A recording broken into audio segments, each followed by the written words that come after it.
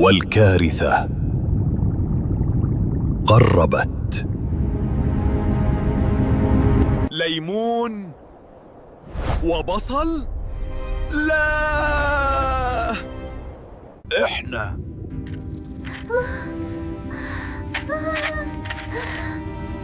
هنخلص كده؟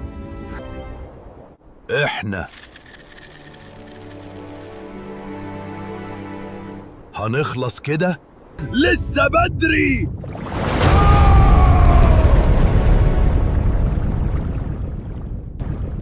دي مش نهاية الحكاية، دي البداية.